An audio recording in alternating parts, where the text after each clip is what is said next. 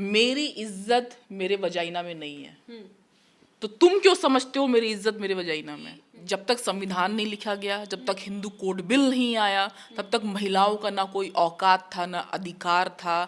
हमारे वहाँ धार्मिक बैरियर है, हमारे वहाँ जातिवाद बैरियर है, हमारे वहाँ पैट्रियार्की बैरियर है, हमारे वहाँ पंथ बैरियर है। तो ये सारे बैरियर महिलाएं इसमें बहुत ज़्यादा पिसती हैं। यहाँ पे अगर बुरके में भी निकले तो आगे पीछे सब देखते हैं। देखिए, लाज शर्म का पूरा ठेकेदारी महिलाओं ने नहीं लिया हुआ है। हमारे वहाँ पीरियड्स हो जाते हैं महिलाओं को, तो छिप छिप के ले जाती है, छिप छिप के कपड़ा करती है। अरे भाई, पीरियड्स है, नॉर्मल है, वो बायोलॉजिकल है, उसमें आपको बाप भाई पति सबको उसमें साथ देना चाहिए। हम आपका सपोर्ट ले सकते हैं, भाई हम यहाँ परेशान है, आप मेरी मदद कीजिए। लेकिन उल्टा होता है, अगर आप सपोर्ट मांगेंगे तो आपको ताने सुनना पड़ता है। तुम्ही ने कुछ किया होगा, तुमने आखिर ये किया क्यों, तुम उस रास्ते गई क्यों, तुमने इससे बात क्यों की? पढ़ने की सोचेगी, उसको आप बैरियर मिलते जाएंगे, परिवार, उसके बाद समाज, उसके बाद बाहर, तो उसको इन सब चीज़ों का तो फेस करना ही करना पड़ेगा। और जो महिलाएं करती हैं वही डेफिनेटली आगे बढ़ पाती हैं। नमस्कार, मैं निधि रतन और आप देख रहे हैं नेशनल दस्तक। देश की पूरी महिलाओं को अंतर्राष्ट्रीय महिला दिवस की हार्दिक शुभकामनाएं।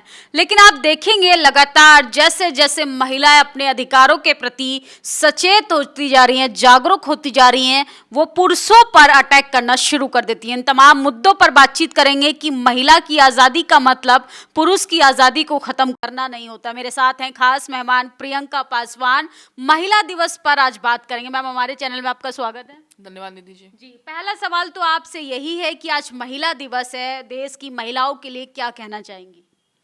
देश की महिलाओं को महिला दिवस की हार्दिक शुभकामनाएं। लेकिन मैं यही कहना चाहूँगी, महिला दिवस जो है ये बाबा साहब डॉक्टर अंबेडकर के बिना ये संभव नहीं होता। क्योंकि जब तक संविधान नहीं लिखा गया, जब तक हिंदू कोड बिल नहीं आया, तब तक महिलाओं का ना कोई औकात था, ना अधिकार था, ना उनका कोई प्रेजेंटेशन था, ना वो कहीं मौजूद थी। आप बहुत सारे जगहों पे ये भी लिखा गया कि उनको तो प्रताड़ित करना चाहिए, तमाम चीज़ों की बात। तो एक संविधान ही ऐसा है, हिंदू कोड बिल की वजह से जो चीज़ें महिलाओं को मिली, भारतीय महिलाओं को मिली, आगे बढ़ने का अधिकार, पति की संपत्ति में, पिता की संपत्ति में, उनको संपत्ति लेने का अधिकार, और उनको जो संविधान के तहत 12 से लेकर 35 तक में कि धर्म लिंग के आधार पर कोई भेदभाव नहीं किया जाएगा। तो ये सारी चीज़ें संविधान और बाबा साहब अम्बेडकर के बगैर, हिंदू कोड बिल के बगैर ये संभव नहीं होता। आप संविधान को कोट कर महिला अधिकारों की बात कर रही हैं। दूसरी ओर देखा जाए, महिला का उसी कानून का दुरुपयोग करके तमाम पुरुषों पर तरह तरह के आरोप प्रत्यारोप लगाती हैं और जेल की सलाखों के पीछे चले जाते हैं। क्या यही है महिलाओं की आज़ादी? महिलाएं आरोप लगाती हैं डोमेस्टिक वायलेंस का, तमाम तरीके के सेक्सुअल हैरेसमेंट का केस लगता है। मतलब आज़ादी का मतलब किसी की आज़ादी को आपको लगता है ये झूठ होता है? ये झूठ होता है। देखिए, ये चीज़ें बहुत पहले से चली आ रही हैं और आज भी इतनी ज़्यादा रिपोर्ट नहीं लिखी जाती है कि जितना क्राइम होता है उतनी रिपोर्ट आज भी नहीं लिखी जाती है। वरना 100% क्या समझ लीजिए, न जाने कितने % तक ये चीज़ें बढ़ जाएं और क्राइम जो रिपोर्ट है वो तर टूट जाए। लेकिन ये उतनी रिपोर्ट ही नहीं लिखी जाती हैं और महिलाएं अब कुछ बोलने लगी हैं। वरना पहले महिलाएं बोलती ही कहाँ थी। अब जैसे हमारे और आप जैसी महिलाएं बोलने लगी हैं, लेकिन हमारे और आप जैसी महिलाएं भी घर में हैं तो भी वो मतलब मानसिक रूप से किसी न किसी तरह उनको दबाना है, दब के ही रहना है। और यदि आप बाहर निकल गए तो मानसिक और शारीरिक धीरे करके उनको उस हिसाब से मैनिपुलेट करना ही करना, ये चीज़ें होती हैं। और आप कैसे कह रही हैं कि महिलाएं अब शोषण करने लगी हैं? क्या आपको ईंट भट्टे की कहानी नहीं पता, कानपुर की, या हाथरस की घटना नहीं पता? और इसके पहले भी एक जगह पे ईंट भट्टे जैसे ही था कि वहाँ पे वो जो मजदूर महिलाएं हमारी हैं उनकी क्या स्थिति, अभी तक तो उन तक मूलभूत सुविधाएं भी नहीं पहुंची। तो ये किस हिसाब से, ये सिर्फ हमारे और आपकी बात नहीं, और हम और आप भी कहाँ हैं? हम और आप भी कहाँ हैं? हमसे ज़्यादा जो पैसे वाले हैं, पैसे वाली महिलाएं हैं, 4 जनरेशन पीढ़ियाँ पैसों वाली हैं, अच्छे पोस्ट पे हैं, वो भी इन सब चीज़ों में फंसती हैं। तो अभी तो मैं कह रही हूँ महिलाओं तक भी पूरी बात पहुँची ही नहीं है।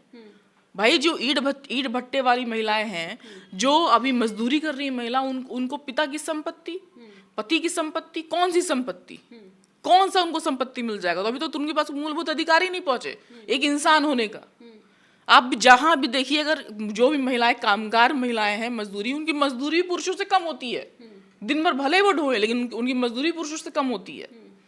तो अभी अभी अभी तक तो ये चीजें पहुंची ही नहीं।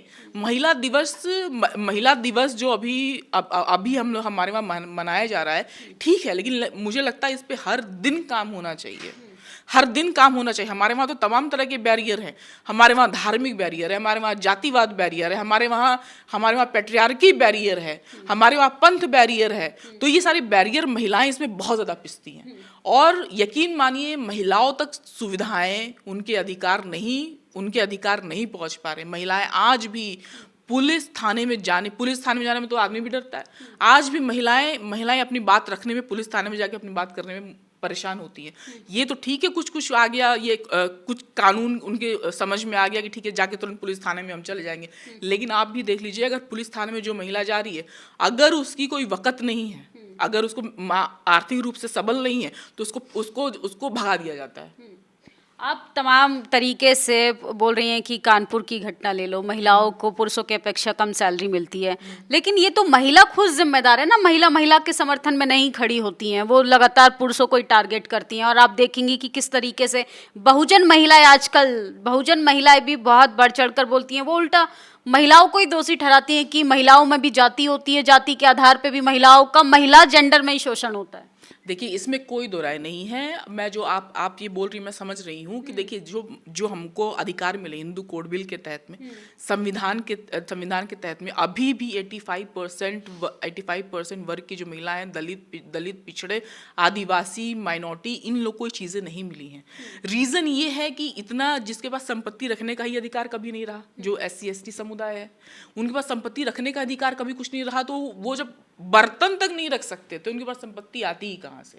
तो अगर उनके पास चीज़ ही अभी पहुंच रही है, खाने को भी हैंड टू माउथ है, तो उनको बढ़ने में तो बहुत टाइम लगेगा, बहुत ही ज़्यादा टाइम लगेगा। तो अभी जो भी चीज़ें, अधिकार, इन सब जो भी अधिकार मिले हैं, इनको तो वही महिलाएं ले पा रही हैं जो 4 पीढ़ी से उनके घर में दादा बाबा चाचा ये लोग जज रहे हैं, लॉयर रहे हैं, डॉक्टर रहे हैं, वही ले पा रही हैं। यानी सीधी बात है, SC ST की महिलाएं नहीं ले पा रही हैं।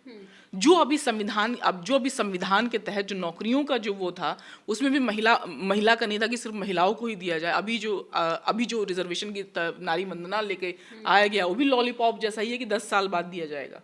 तो वो भी एक लॉलीपॉप। देखो, महिलाओं को ना इस कदर, मतलब समझ लीजिए, घर में भी देख लो, बाहर भी देख लो, पॉलिटिकली ग्राउंड पे भी देख लो, सबको इनको ढकता ही है, इमोशनली, मेंटली, फिजिकली। अभी जो था ये नारी वंदना जो लेके आए हैं, मोदी जी की बहुमत की सरकार है। भाई तुम लागू कर दो ना। सेंसस करवाने में तुमको कितना टाइम लग रहा है? सेंसस 2011 में हुआ, तो उसके बाद से तो हुआ नहीं सेंसस, कुछ आपने निकाला नहीं। तो सेंसस आप क्यों नहीं करवा रहे हो?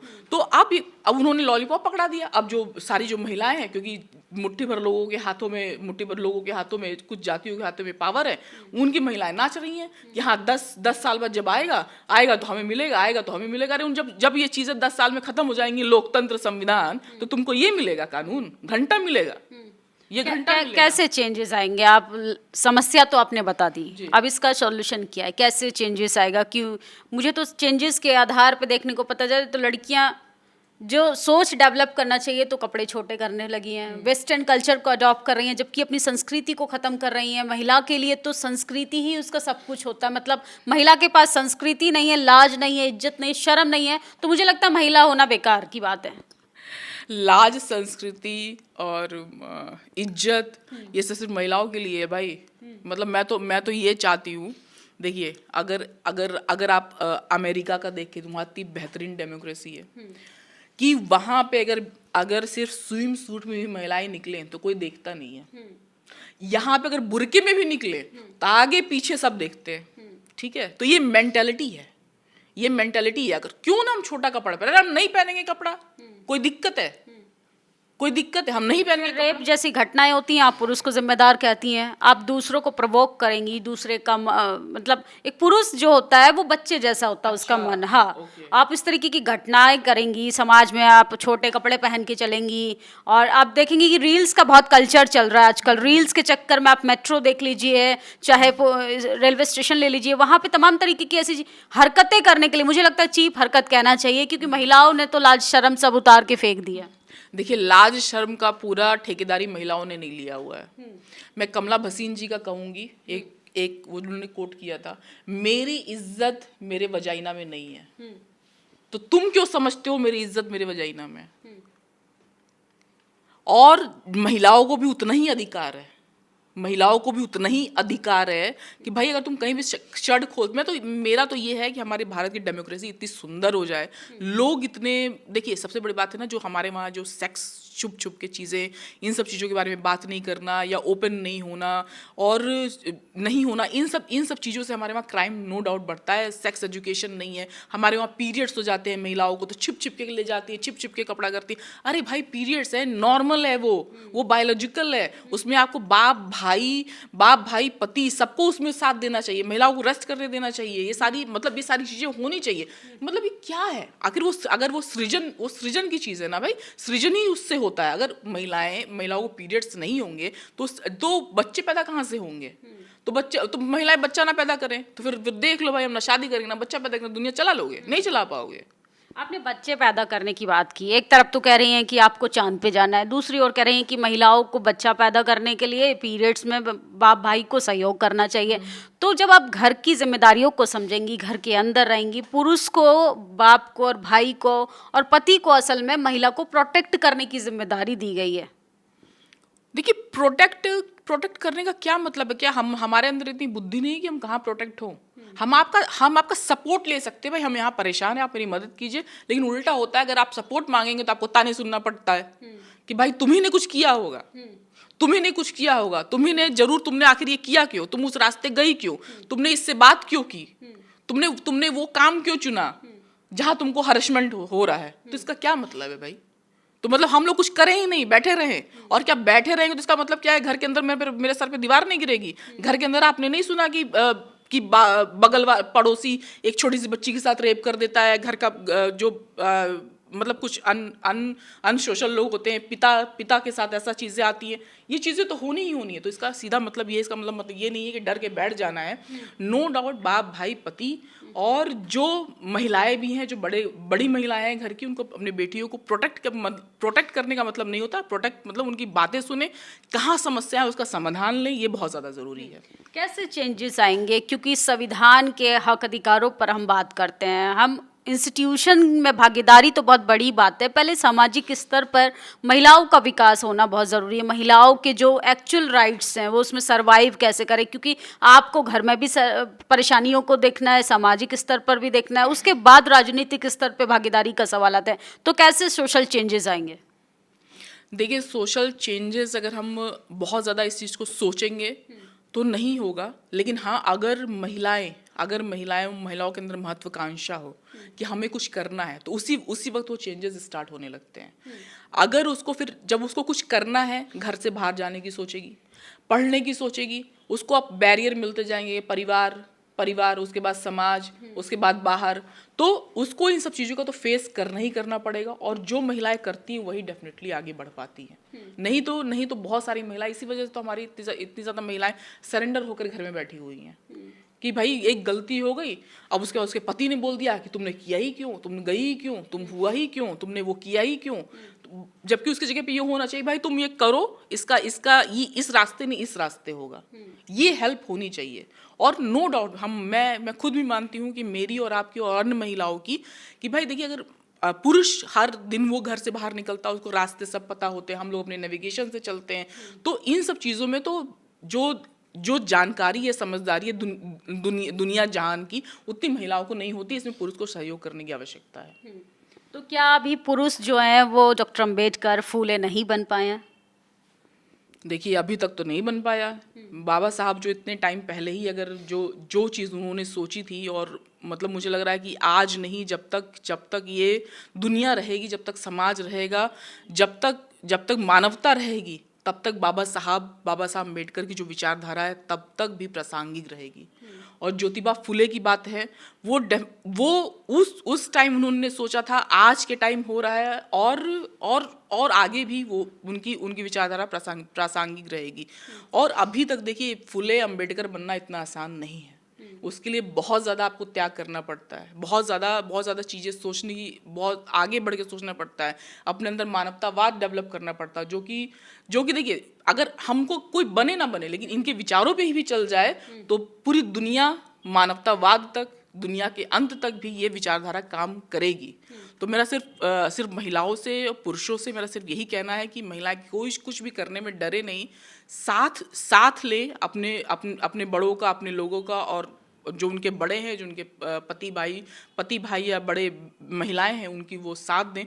हालांकि मैं समझती हूँ ये बहुत आसान नहीं है, ये आसान बिल्कुल भी नहीं है क्योंकि एक छिछोरा जब आपका खुद इस चीज़ की मैं शिकार हुई हूँ कि साइकिल लेके आपका घर तक आपको छोड़ने जाए, घर पे लेने जाए, तो बाद में हम लोगों ने यही निकाला, मेरे पिता ने यही कहा, तुम ऐसा सोचो कि ये तुम्हारा बॉडीगार्ड है। तो उसका वो सोल्यूशन तो इस तरह हम लोगों ने सॉल्व किया। और कितना चिड़चिड़ाहट होता होगा कि कोई आपके पीछे आए, बगल में किन बोलता रहे किस हिसाब से। तो ये सब चीज़ें महिलाओं को तो सहनी पड़ती ही हैं, लेकिन इसमें अगर परिवार का सहयोग रहे, अपनों का सहयोग रहे, तो इस चीज़ से निकला जा सकता है। तो बहुत बहुत शुक्रिया हमसे बातचीत करने के लिए। धन्यवाद। तो ये थी प्रियंका पासवान। आज अंतर्राष्ट्रीय महिला दिवस है। महिला से मैंने पुरुष मानसिकता को लेकर सवाल किया, जो रूढ़िवादी परंपराएं जो महिलाओं को लेकर इस समाज में पनप रही हैं कि महिलाओं को पढ़ने मत दो, महिलाओं को लिखने मत दो, महिलाओं को आज़ादी मत दो, और आज़ादी मिल जाएगी तो ये हमारी सामाजिक कुरीतियों पर प्रहार करेगी। तो ऐसी मानसिकता से निकलने के लिए महिलाओं के साथ पुरुषों को भी संघर्ष करना चाहिए, और तभी जाके हम अच्छा समाज विकसित कर पाएंगे। महिलाओं की प्रगति पुरुषों की प्रगति पर भी निर्भर करता है, और इस समाज में अभी डॉक्टर अम्बेडकर फूले बनने के लिए पुरुषों को भी मेहनत करने की ज़रूरत है, और महिलाओं को तो अपनी आज़ादी के लिए लगातार संघर्ष करना ही पड़ रहा है, और महिलाओं को दोयम दर्जे पे लड़ाइयाँ लड़नी पड़ती है। बहुजन महिलाओं को जेंडर के आधार पे और जाति के आधार पे, ये देश पुरुष प्रधान देश के साथ साथ जाति प्रधान देश भी है। हमारी बातचीत पे आपकी क्या प्रतिक्रिया कमेंट बॉक्स में ज़रूर दीजिएगा, और इस बातचीत से वो तमाम महिलाएं अगर ये वीडियो देख रही हैं, उनके जहन में जो भी बात आए वो आप बता सकते हैं। शुक्रिया। नेशनल दस्तक की आपसे गुजारिश है कि अगर इसको बचाना चाहते हैं तो नेशनल दस्तक को सब्सक्राइब करने के लिए रेड कलर के सब्सक्राइब बटन को दबाएं, फिर बेल आइकन की घंटी दबाएं। नेशनल दस्तक को बचाने के लिए बहुत जरूरी है कि हर खबर को शेयर करें, लाइक करें, कमेंट जरूर करें।